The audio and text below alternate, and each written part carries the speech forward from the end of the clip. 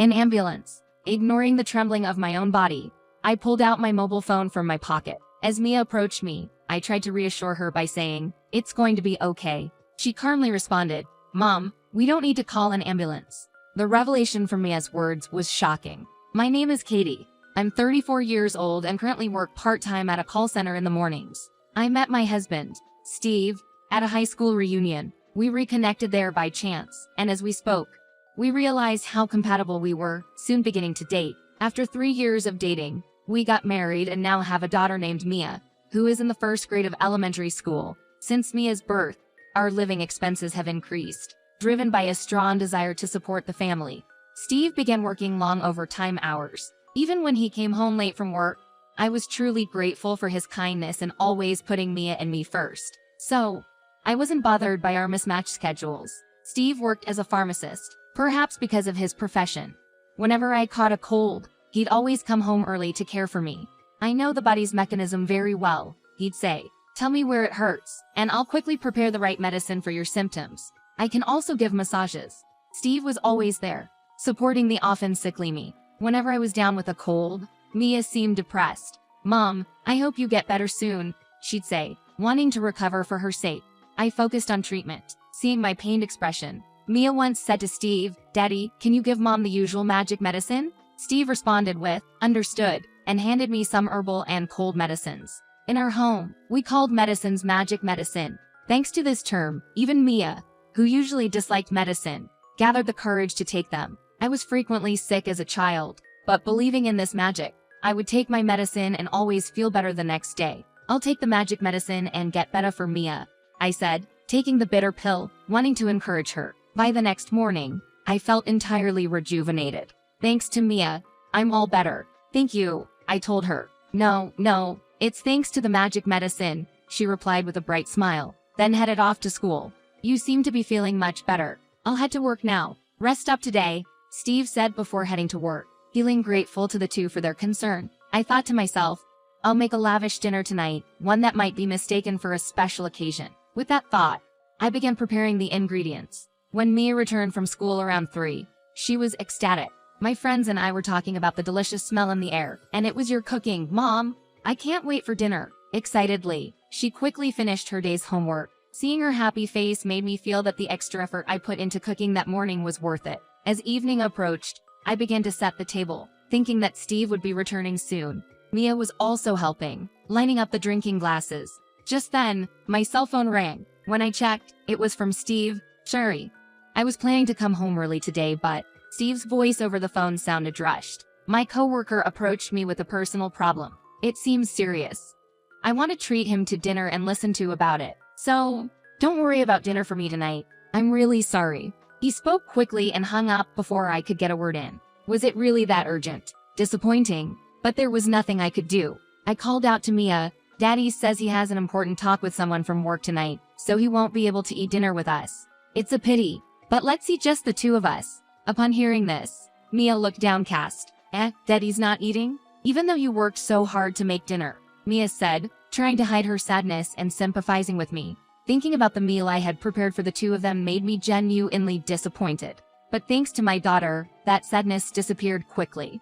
"As long as you eat it, Mia, I'm happy. Thank you. Don't worry about it." In that case, I'll eat Daddy's share too. With that, we enjoyed our meal. Afterward, we washed the dishes and savored our dessert. We spent the evening waiting for my husband.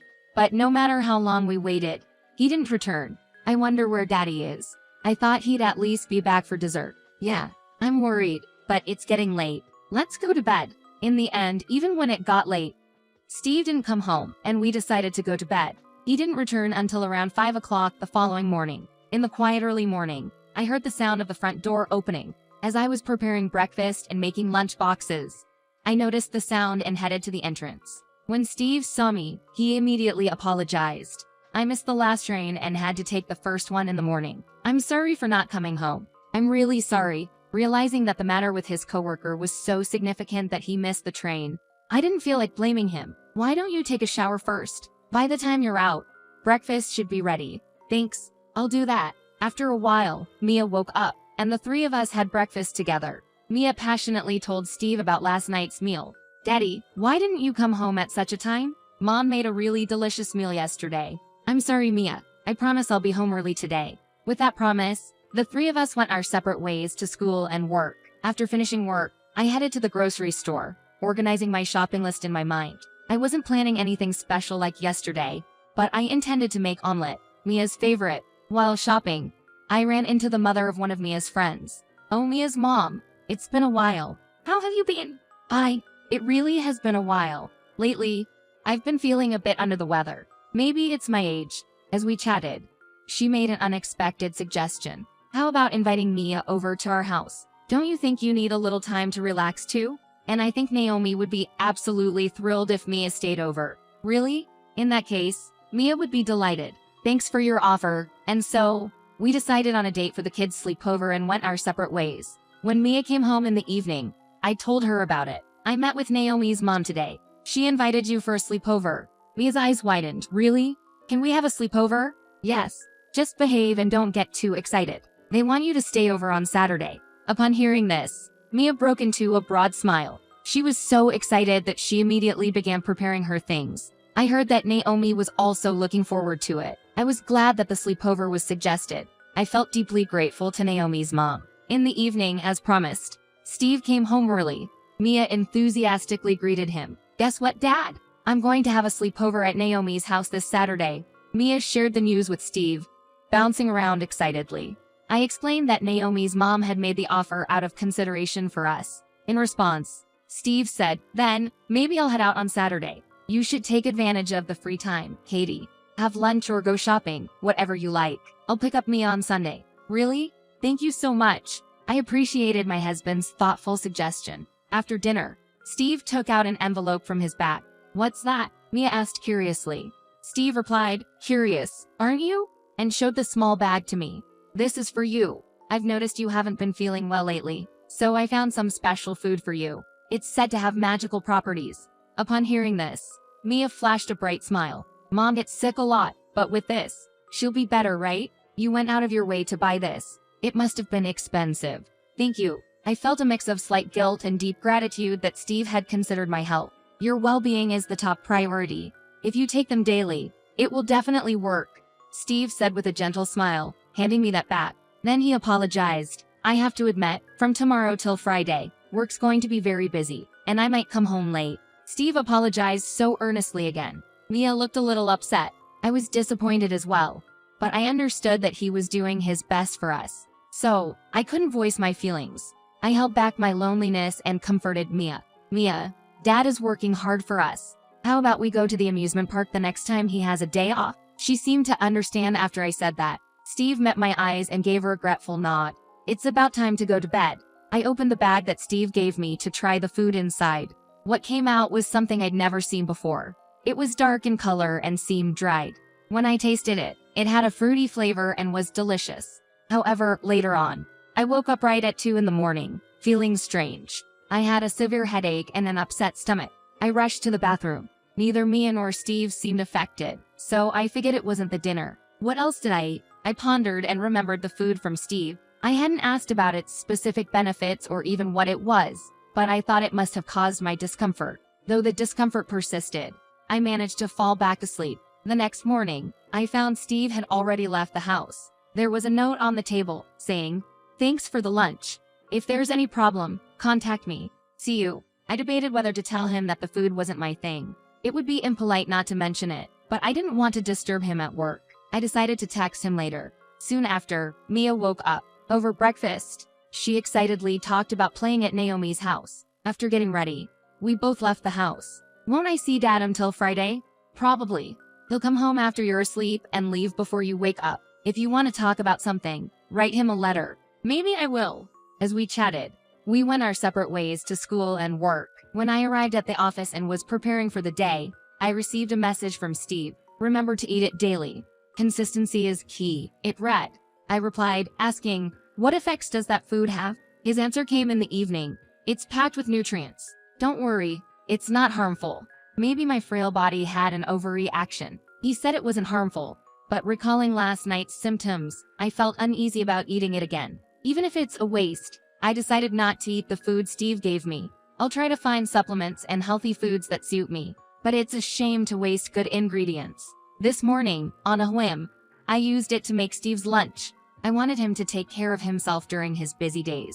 By including it in his daily lunch, I thought I could help his health and avoid wasting food. Days passed, and there was no change in Steve's condition. He went about his work as usual. I was relieved it was just me who had a reaction. Finally, the much-anticipated Saturday arrived. Mia left for a sleepover at Naomi's, picked up by Naomi's mom. Steve went out early for a golf day in a distant holiday resort. I spent a relaxing day shopping, dining out, and unwinding. Every now and then, I would receive emails from Naomi's mom, and I could get updates on Mia. There were photos attached, showing Mia and Naomi happily making sweets together. And then came the next day, Sunday. I got a message from Steve saying that he'd be coming back after watching a new movie with Mia. Although I felt a bit guilty, I was thankful for Steve's thoughtfulness. They returned home before it got dark. But Mia didn't have her usual smile. She looked like this the whole time. I think she was sad to say goodbye to Naomi, Steve remarked. Listening to him, I remembered my own childhood. Same as Mia. It was tough to say goodbye to friends after having a special time. Maybe Mia was feeling something similar. She must have really enjoyed spending time with Naomi. How about we invite Naomi over next time? I suggested it to Mia, hoping she and Naomi would look forward to their next meeting and wishing Naomi's mom could have some of her time. She gave an awkward smile and nodded. As I prepared dinner with Mia's help, Steve said he was taking a shower and left the living room. The moment he was out of sight, Mia gently tugged on my sleeve, just as I was about to ask her what was up. There was a loud noise. It came from the bathroom. I rushed over, and the scene I encountered made me scream out loud. Steve was lying on the floor. An ambulance. I reached for my cell phone, trying to ignore the trembling of my body. With Mia beside me, I tried to comfort her, saying, "Everything will be okay." But she calmly replied, "Mom, you don't need to call an ambulance." Shocked by her words, I asked, "Why?" "Because Dad did something bad. God's sight, and he's being punished," she said. I couldn't grasp the meaning of her words. Regardless, helping my husband was the top priority, so I told Mia, "We'll talk later," and called the ambulance. Fortunately, due to the prompt response, Steve's life wasn't in danger. However, he hadn't regained consciousness.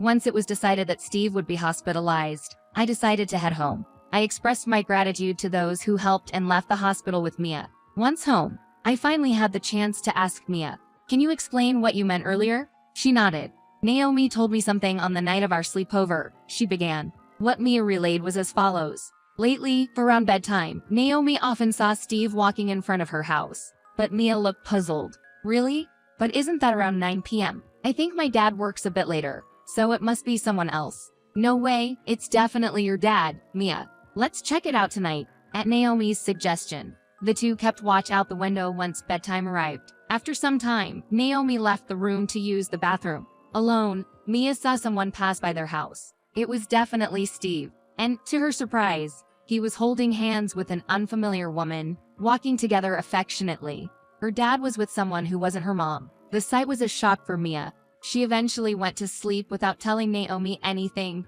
pretending she hadn't seen Steve. The next day, when Steve came to pick up Mia, she couldn't smile, still preoccupied by the previous night's events. Later, Steve took her to a movie.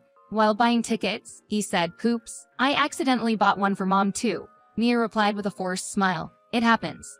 Throughout the movie, whenever Mia tried to engage Steve, he seemed distant, giving only half-hearted replies. She overheard him whispering to the strange woman, "Hey, my daughter is right next to us." The woman replied, "It's fine. Eventually, she'll be my daughter too, right? Mia, I'm prettier than your mom. Aren't you happy?" Mia was taken aback by the unexpected comment. Steve seemed to signal the woman to stop, but he continued to enjoy the movie with her. Mia realized that the story about mistakenly buying her mom's ticket was a lie. Going home in such a situation and putting on a happy face was impossible. She avoided Steve's gaze. As Mia continued her story, my expression changed drastically. I couldn't believe Steve was doing this behind my back. He'd shown no suspicious behavior. While I found Mia's story hard to believe, I knew she wasn't one to lie. Amidst the confusion, I heard a notification from a phone. It was from Steve's cell on the table, which I had accidentally taken with me in the ambulance. Checking it, I saw several messages, and one from a woman caught my eye. It spoke of how fun the movie was and how their plan to drive me out was progressing smoothly.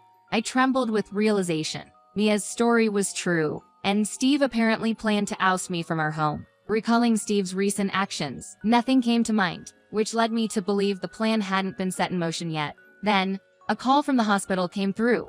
They had updates on Steve's condition. Mia and I rushed to the hospital, where the doctor informed us, "We believe an excessive intake of a particular food caused this.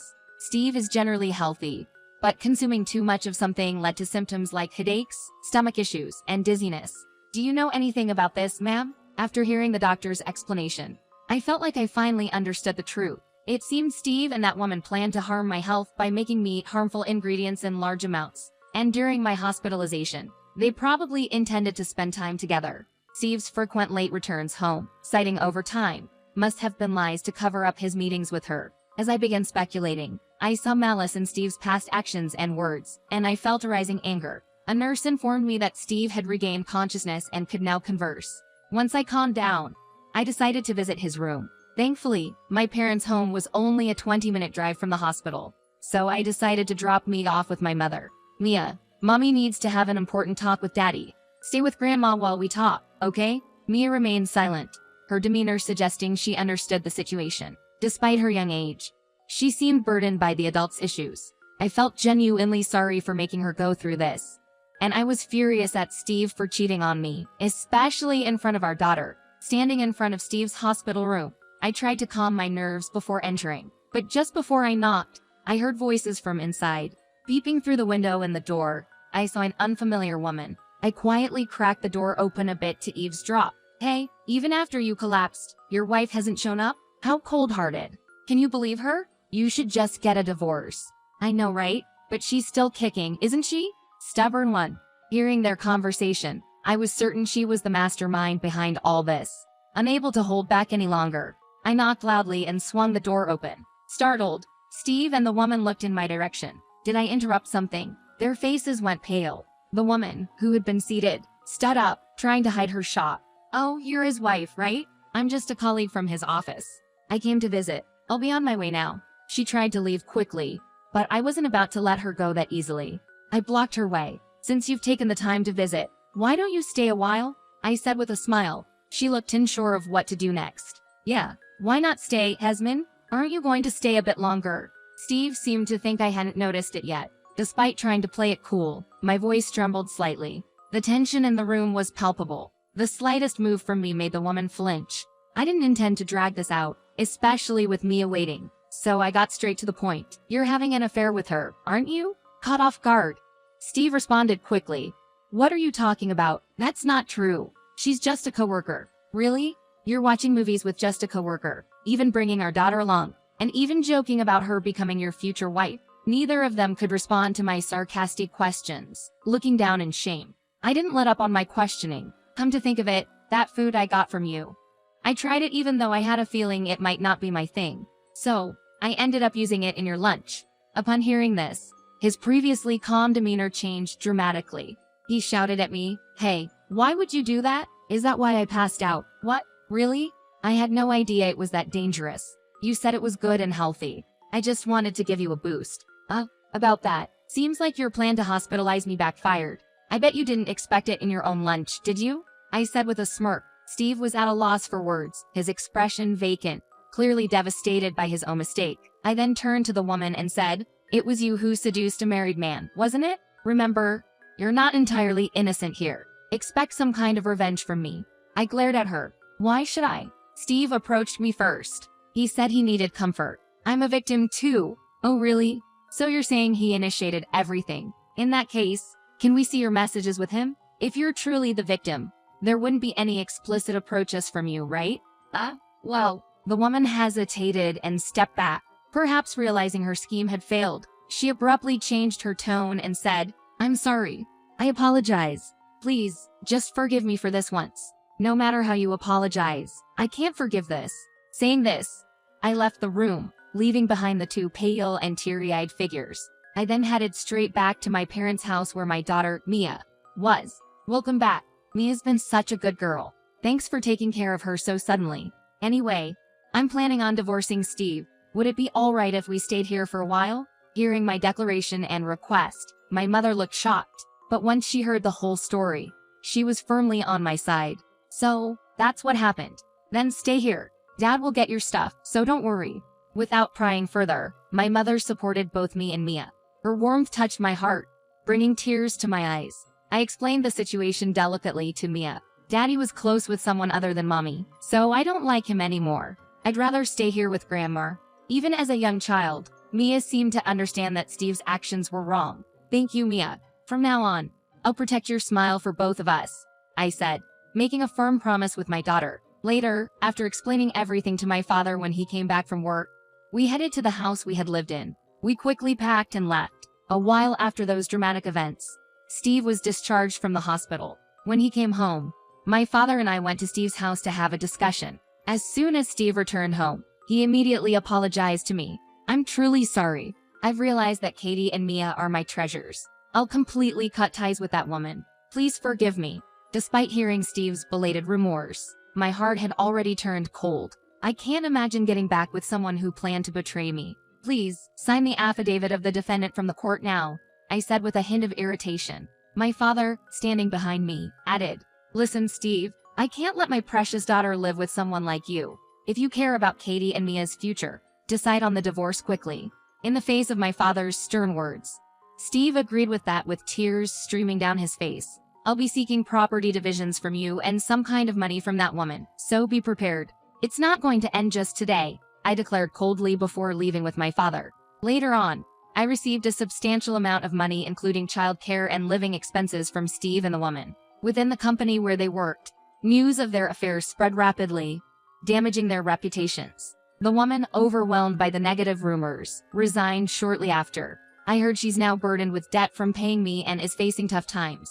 Steve's chances for promotion within the company disappeared. Moreover, his reputation plummeted in the community, and he seems to be avoided by everyone. I shifted from part-time to full-time work, putting even more effort into my job for Mia's future. My dedication was recognized, and my salary increased, leading to a more fulfilling life. Now, Mia's happiness is more important to me than my own life. I intend to support my daughter so that we can live each day with joy,